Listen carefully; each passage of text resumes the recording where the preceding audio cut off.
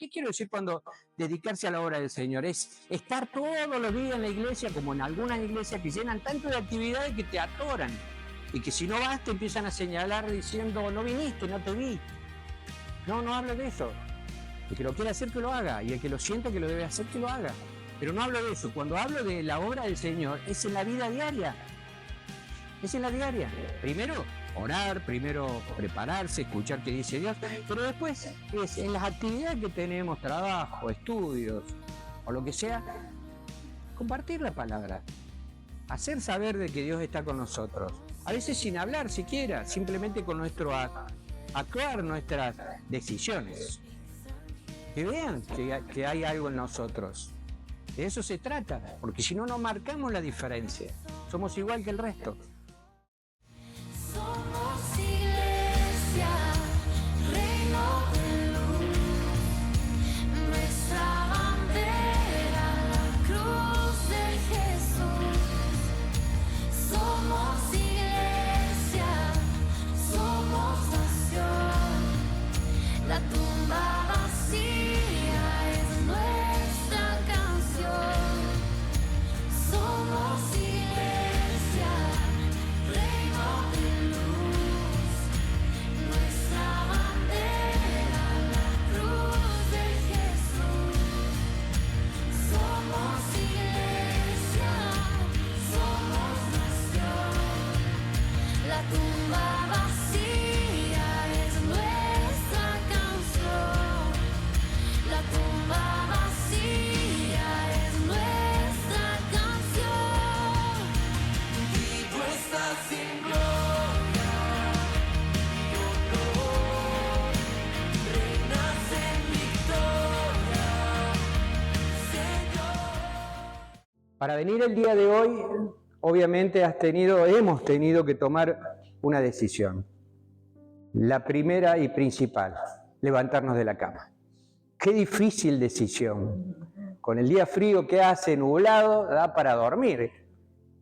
Y seguramente muchos harán eso hoy, dirán, se taparán con las sábanas, las frazadas nuevamente y dirán, bueno, el Señor va a entender, vamos a dormir. Pero qué difícil decisión, ¿no? Cada día que comenzamos es un día de decisión. La vida es decisión.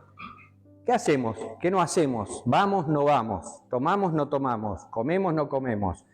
¿Vamos al baño antes de salir a la calle para después no andar frunciéndonos en cualquier lado o no vamos? Constantemente decisiones. Y hay decisiones que son triviales, digamos, simples, como levantarse o no levantarse, pero que pueden afectar una jornada, un día. Porque si yo no me alimento, probablemente después esté mal, esté descompuesto. Si yo no me levanto para ir a trabajar, seguramente me descontarán el día. Hay decisiones de jornadas, pero también, y las más importantes, son las decisiones que afectan nuestra vida. Decisiones importantes que pueden afectar el transcurso o lo que nos queda de vida hasta que Dios nos llame a su presencia. Entre estas decisiones, entre estos días, luego del fallecimiento de mi hijo Ezequiel hace 1 mes y medio, para mí ha sido un constante decidir. ¿Por qué? Porque cuando paso por su pieza, veo sus cosas, todo, está su foto y todo, se me estruja el corazón y realmente por ahí me decaigo. Y no está mal que nosotros podamos decaernos. Dios nos conoce, sabe lo que sentimos, lo que pasamos. Y en ese decaer a veces uno puede tomar malas decisiones. De hecho, se me pasan pensamientos como decir, ¿por qué? ¿Por qué pasó lo que pasó? ¿Por qué vivió lo que vivió? ¿Por qué vivimos lo que vivimos? ¿Por qué tenemos estas situaciones? ¿Por qué las hemos tenido? ¿Por qué seguimos con este dolor o estas situaciones? Y eso hace de que pueda yo tomar en algún momento y decir, la verdad, no sé si tengo ganas de seguir adelante, no sé si pueda seguir adelante, no sé si debo seguir adelante. Y ahí está donde entra la decisión que debo tomar día a día, de seguir adelante, de pelearla, de lucharla. Porque Dios está viendo mi actitud, está viendo mi proceder, está viendo el nuestro día a día, a ver qué hacemos con lo que nos dio, que es un gran regalo que nos dio, que es el libre albedrío, la posibilidad de decidir. Dios no nos va a obligar, pero nos dio todas las herramientas para poder hacerlo, para poder seguir adelante. Y yo quiero aferrarme a esas herramientas. Y los invito a que se aferren a las herramientas que Dios nos dio y que vamos a compartir algunas de ellas aquí para seguir adelante.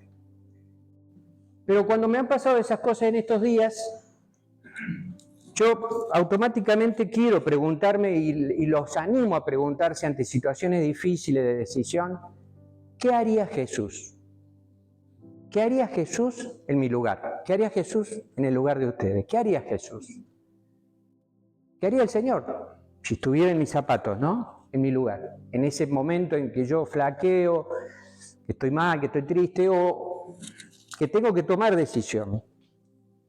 Está mal que yo me sienta débil o que tenga que tomar una decisión y uno dirá, pero ¿cómo? Si hace mucho que estás en el camino del Señor, estás compartiendo la palabra. Dios te da un privilegio, porque yo lo tomo así, como un honor, un privilegio. No, no está mal, porque somos humanos. De hecho, Jesús, en sus 33 años, transitó una vida 100% hombre, en el que tuvo tentaciones, como nos cuenta la palabra en el desierto, cuando el diablo lo tentó, tuvo que decidir Jesús. Cualquiera diría, bueno, pero era el Hijo de Dios, era Dios que encarnado, que venía. No, tuvo que decidir. Y si probablemente, vamos a suponer, Jesús no decidía bien, correctamente, no lo sabemos, porque había una humanidad 100% hombre en él, no nos debemos olvidar de eso. Por eso también la palabra nos dice que Jesús en algún momento lloró. Por eso también la palabra nos dice que Jesús en un momento se enojó en el templo cuando golpeó y sacó cosas.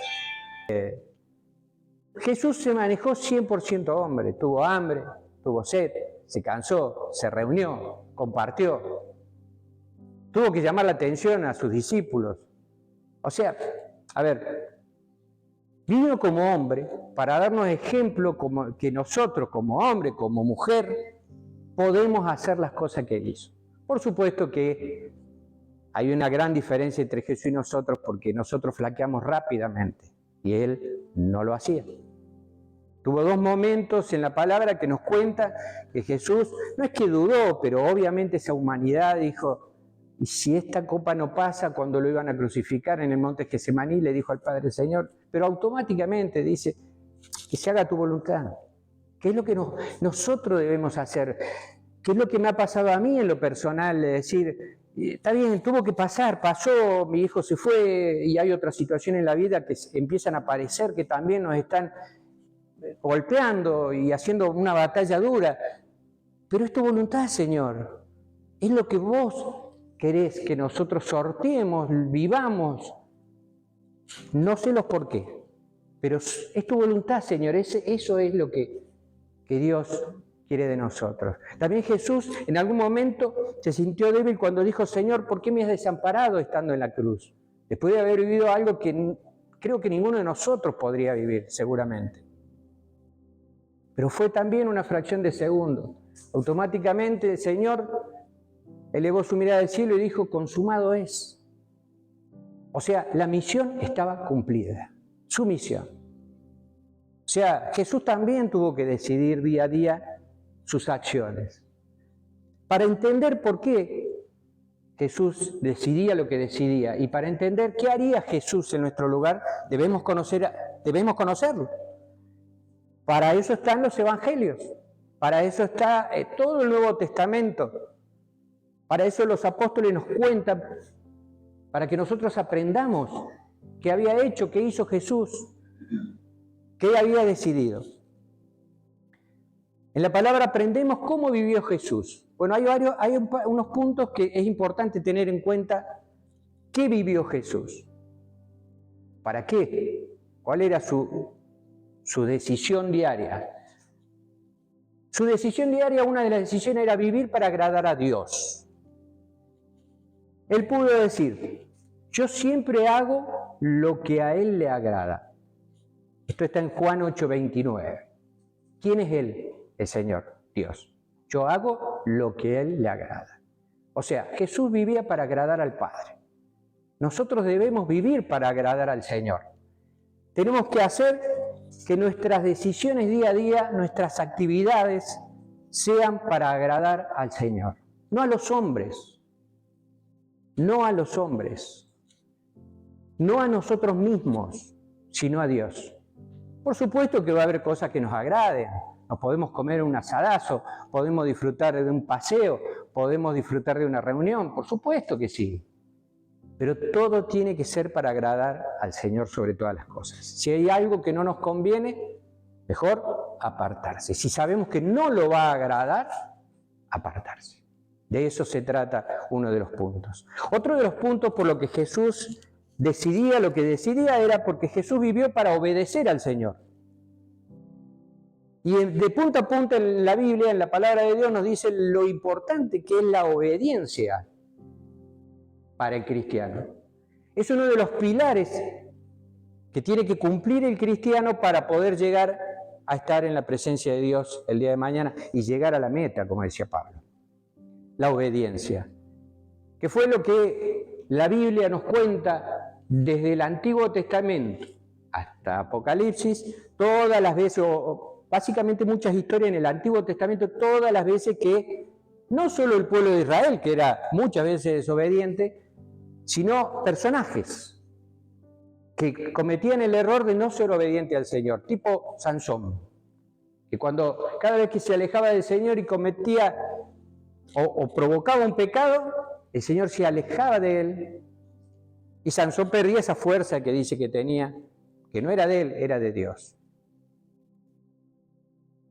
Adán y Eva, los primeros, desobedecieron al Señor y perdieron el caminar junto al Señor, el tenerlo cara a cara. Fíjense lo importante que es la obediencia en nuestras vidas. Y en esta palabra voy a tener muchas preguntas para hacer, que no espero que las respondan, simplemente que reflexionemos. Yo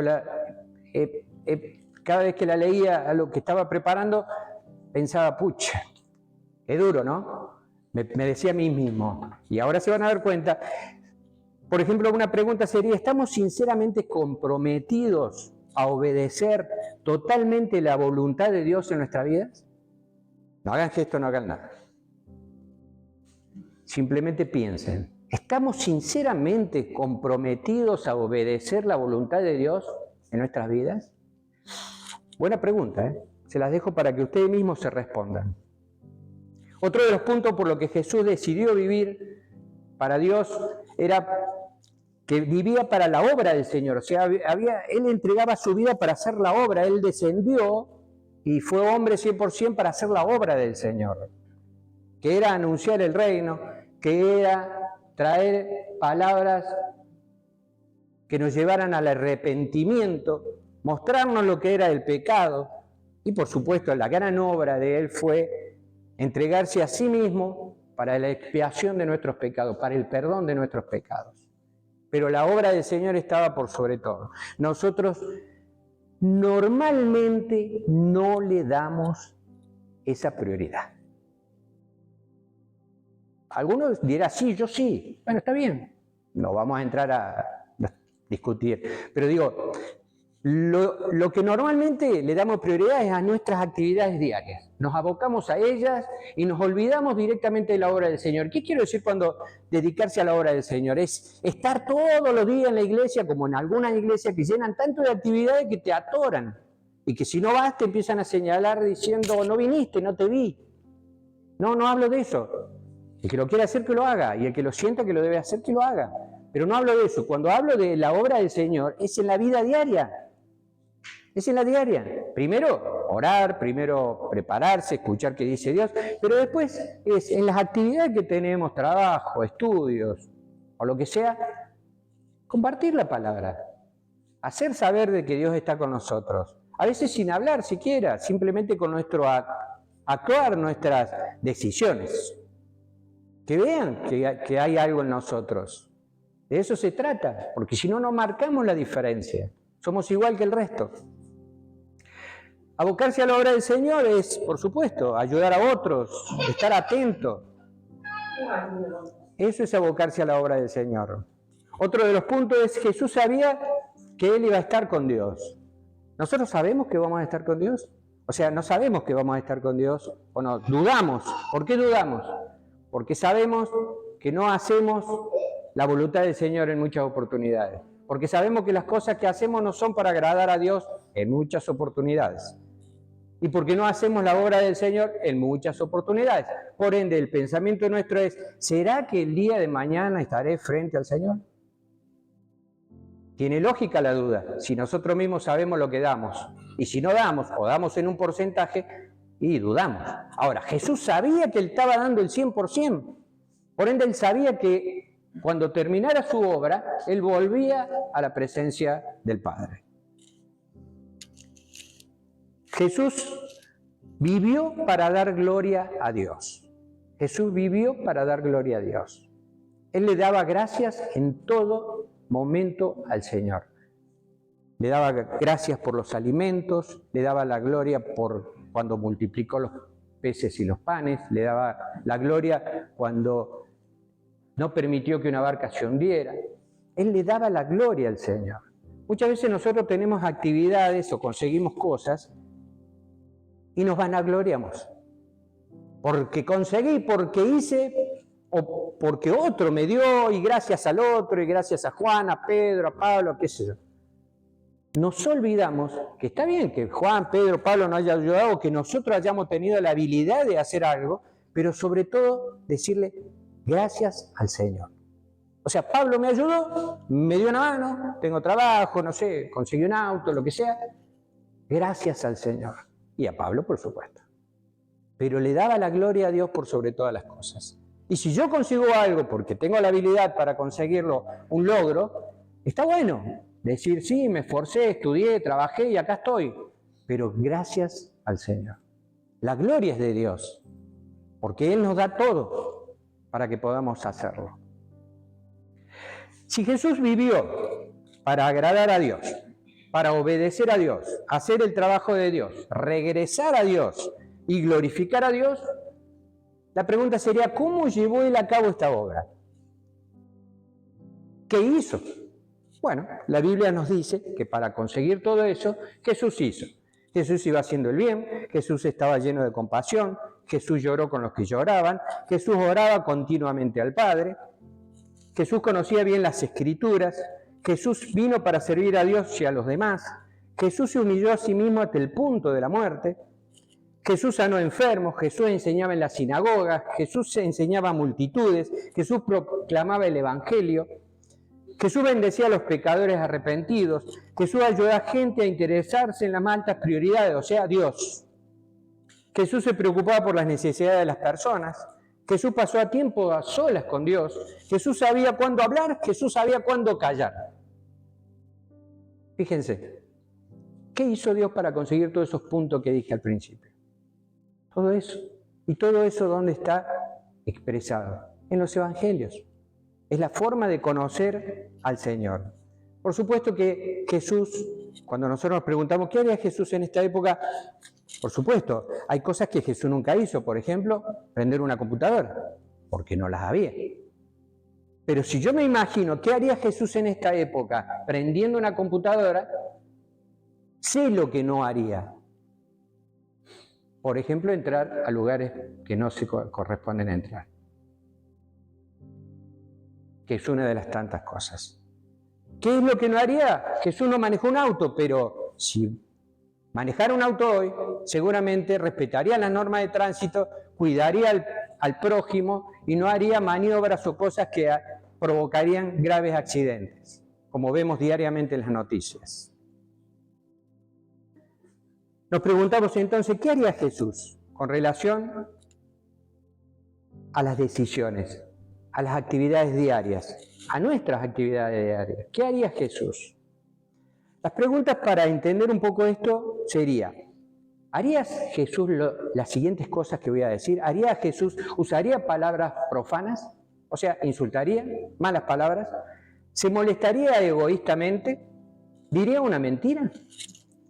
¿Miraría con ojos indecentes a una mujer? ¿No oraría al Padre regularmente? ¿No leería la Biblia todos los días? ¿Se avergonzaría de hablar de Dios? ¿Buscaría ser rico? ¿Se preocuparía por las personas y sería amable con ellos? ¿Vería pornografía? ¿Desperdiciaría dinero que Dios le ha dado?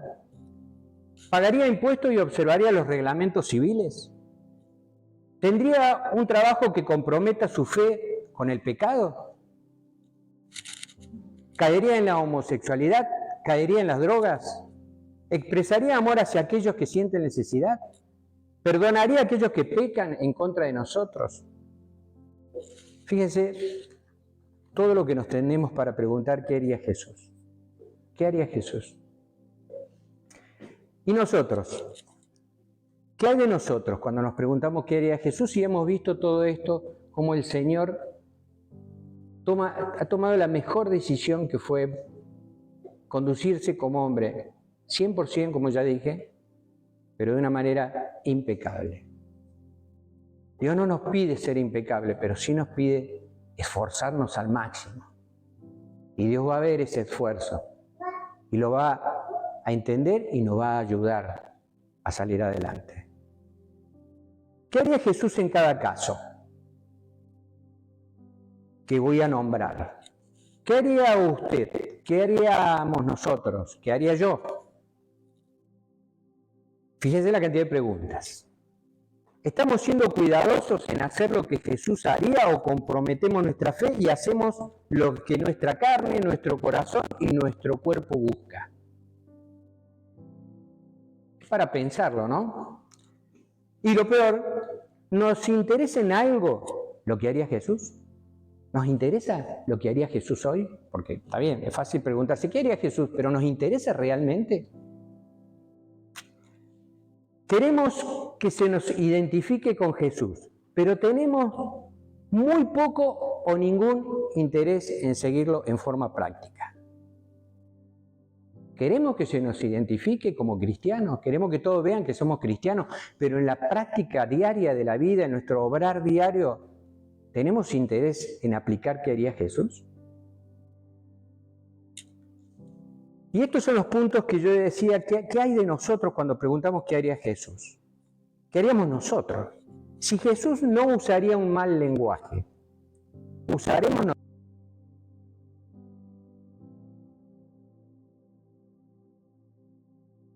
No dijo malas palabras, ¿usaremos nosotros malas palabras? Si Jesús no malgastaría su dinero, ¿usaremos nosotros descuidadamente nuestro dinero? Si Jesús no tocaría con malas intenciones a una persona del sexo opuesto, ¿lo haremos nosotros? Si Jesús no trataría a las personas irrespetuosamente, ¿nosotros seremos poco amables e indiferentes con algunas personas? Si Jesús honró a sus padres, ¿honraremos nosotros a los nuestros? Seguimos el hilo, ¿no? O sea, ¿qué haría Jesús? Bueno, nos planteamos, lo que haría Jesús, ¿lo haríamos nosotros? Si Jesús no fumaría ni usaría tabaco, ¿caeremos nosotros en ese hábito? Ese mal hábito. Si Jesús no leería literatura sucia, mala, ¿leeríamos nosotros esos libros y revistas?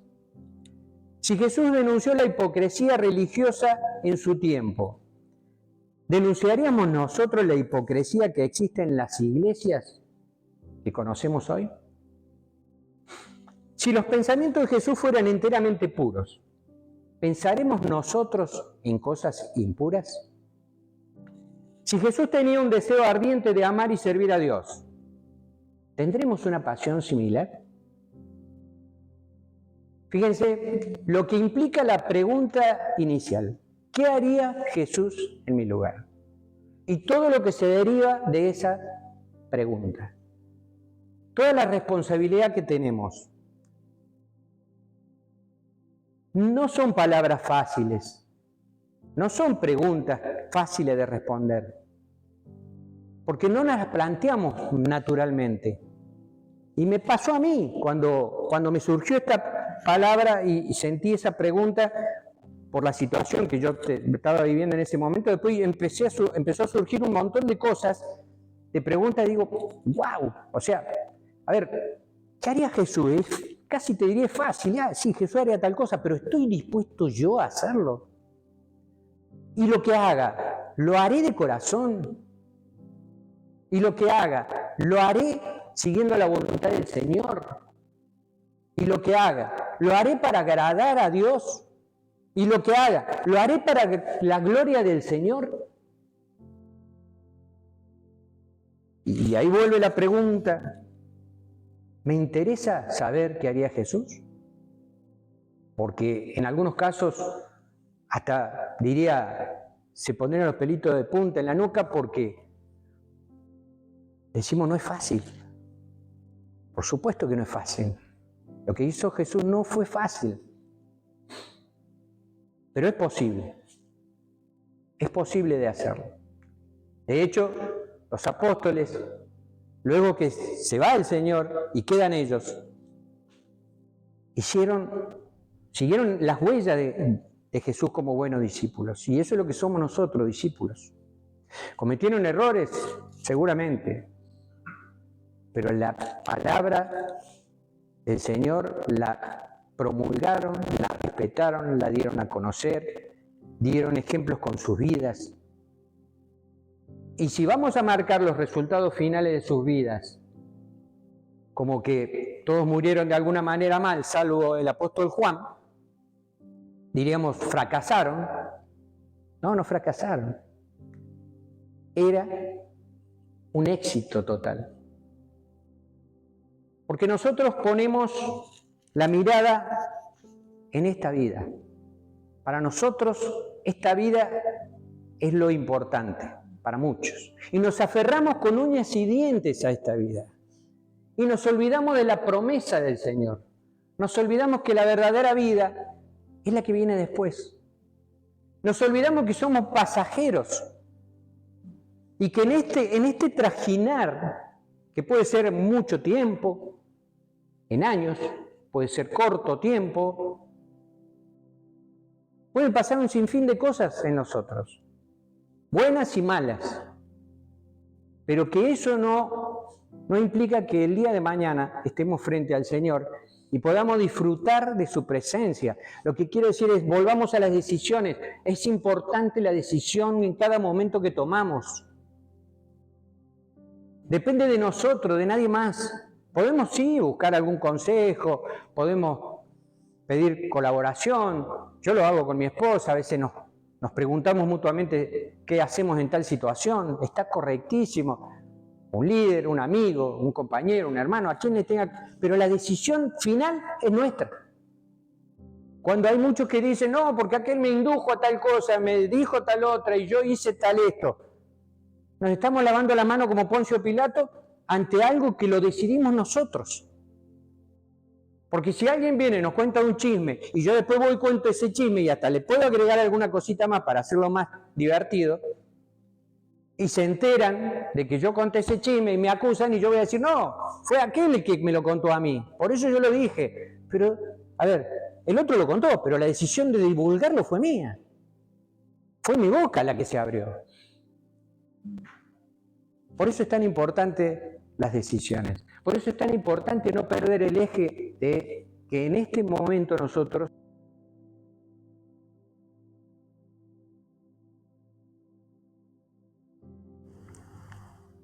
y que luego de ese fin viene otra vida que no tiene fin, que es una vida eterna, que puede ser junto al Señor o no. Y fíjense que depende de la decisión nuestra. Así de simple, depende de nuestra decisión. Ah, no, pero Dios es amor, Dios te perdona todo, Dios te entiende. No, sí, está bien, todas esas son verdades, pero el diablo usa esas verdades también para decir mentiras, o para dar vuelta el sentido, o para tergiversarlo. Y a veces ni el diablo, somos nosotros. A veces el diablo está viendo Netflix una película de terror seguramente, y nosotros decimos, el diablo fue. Hasta en eso no nos hacemos cargo. Y el diablo debe mirar y decir, pero yo no te dije nada, lo hiciste vos. Es más, no me molesté, dice seguramente el diablo, no me molesté en influirte porque sos tan inestable, tan poco creyente, tan poco cristiano, que yo sabía que vos ibas a decidir mal. ¿Para qué me voy a molestar? ¿Suena duro lo que digo? Suena duro. Pero hagamos un mea culpa. ¿Estamos haciendo las cosas correctas? ¿Estamos haciendo las cosas bien?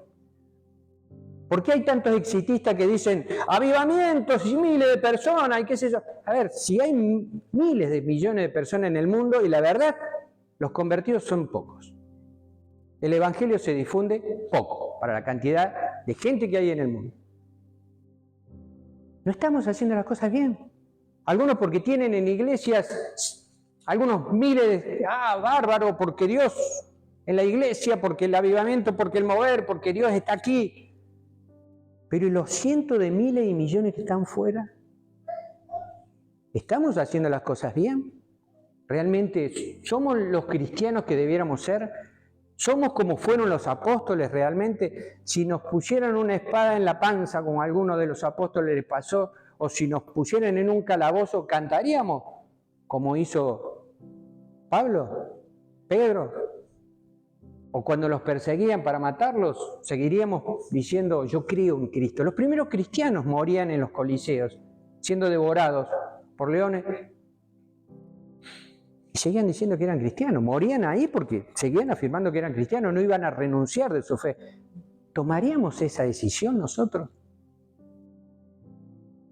Y ahí en esa situación nos preguntaríamos, ¿qué haría Jesús en lugar nuestro? Sabemos lo que haría, lo correcto. Lo correcto. Haría la voluntad del Señor, le agradaría al Señor, seguiría trabajando para el Señor y le daría toda la gloria a Dios. ¿Lo hacemos? Yo me lo preguntaba, o sea, yo estoy en el grupo, no estoy fuera de ustedes ni de nadie. Yo me lo preguntaba para mí.